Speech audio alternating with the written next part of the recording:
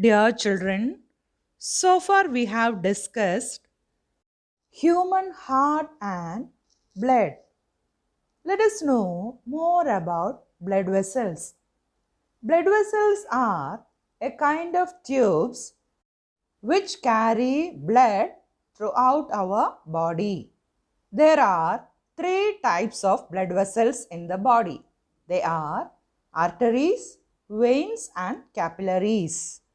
Arteries are the blood vessels which carry blood from the heart to all the parts of the body. That is, arteries carry blood away from the heart. The arteries lie deeper under our skin and hence they are not seen easily. The arteries have thick and elastic walls. Blood leaves the heart at high pressure through arteries.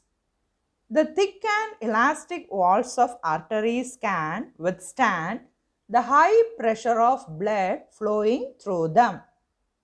The main artery is aorta, which is connected to the left ventricle of the heart, and it carries oxygenated blood from left ventricle to all the parts of the body except the lungs. Another artery called pulmonary artery is connected to the right ventricle of the heart. It carries deoxygenated blood from the right ventricle to the lungs. Normally, arteries carry oxygenated blood, that is, blood rich in oxygen from the heart. But pulmonary artery carries deoxygenated blood, that is, blood rich in carbon dioxide, from the heart to the lungs. The pulmonary artery carrying deoxygenated blood from the heart to the lungs is called an artery because it carries blood away from the heart. Next, veins. Veins are the blood vessels which carry blood from all the parts of the body back to the heart. That is, veins are the blood vessels which carry blood towards the heart. The veins are less deep than arteries and hence can be seen easily. You might have seen greenish blue lines just below the skin on our hands and legs, that are the veins. The deoxygenated blood returns to the heart at low pressure through the veins. Since the blood flows at low pressure, veins have thin walls. Veins have valves in them which allow the blood to flow in one direction only, that is, towards the heart. The valves prevent the backflow of blood in veins. The main vein is connected to the right atrium of the heart, that is the vena cava. It carries deoxygenated blood from all the parts of the body to the heart. Another vein called pulmonary vein is connected to the left atrium of the heart. The pulmonary veins carry oxygenated blood from the lungs to the heart. Normally, veins carry deoxygenated blood, but pulmonary vein carries oxygenated blood from the lungs to the heart. The pulmonary vein carrying oxygenated blood is called a vein because it carries blood back to the heart.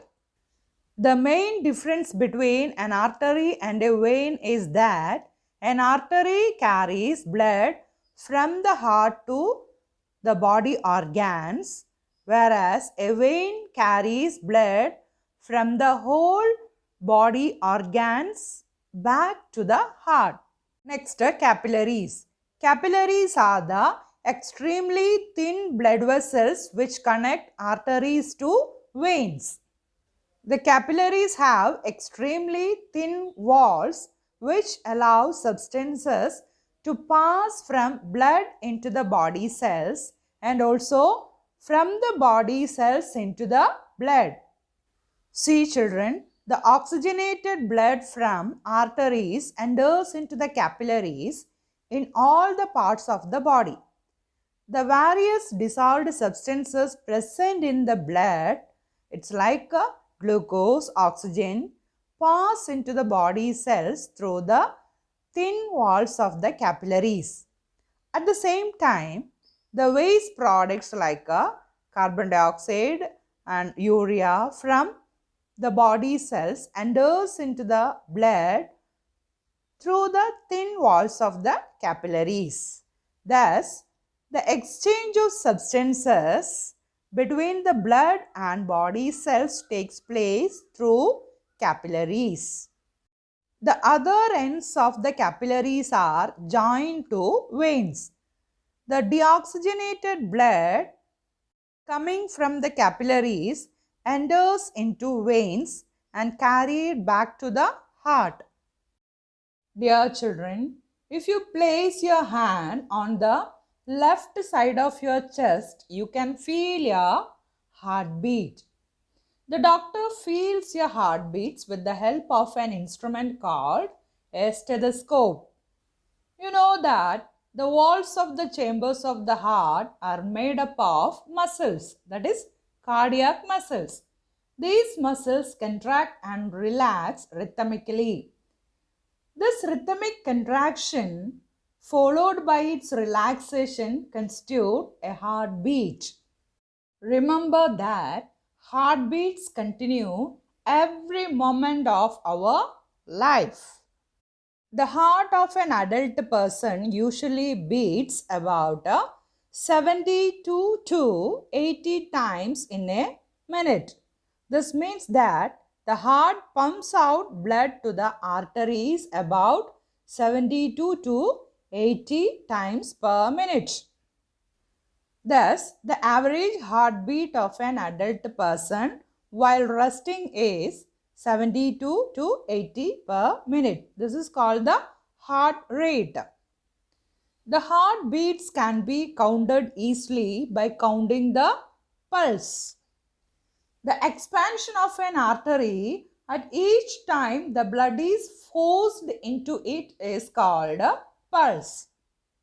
Each heartbeat generates one pulse in the arteries. So, the pulse rate of a person is equal to the number of heartbeats per minute.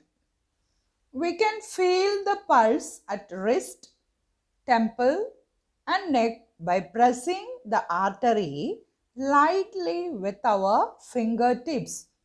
Traditionally, the pulse is taken above the wrist.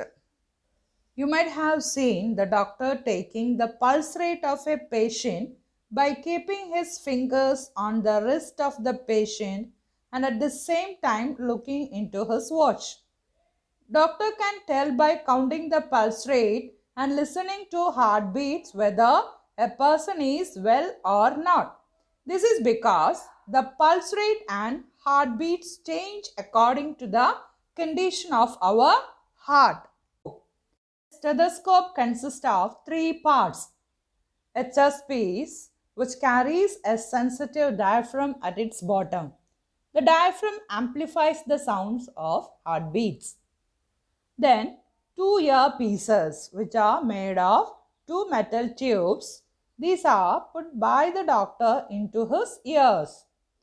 Then a rubber tube which joins the chest piece to the earpieces and it transmits the sound from the chest piece into the earpieces.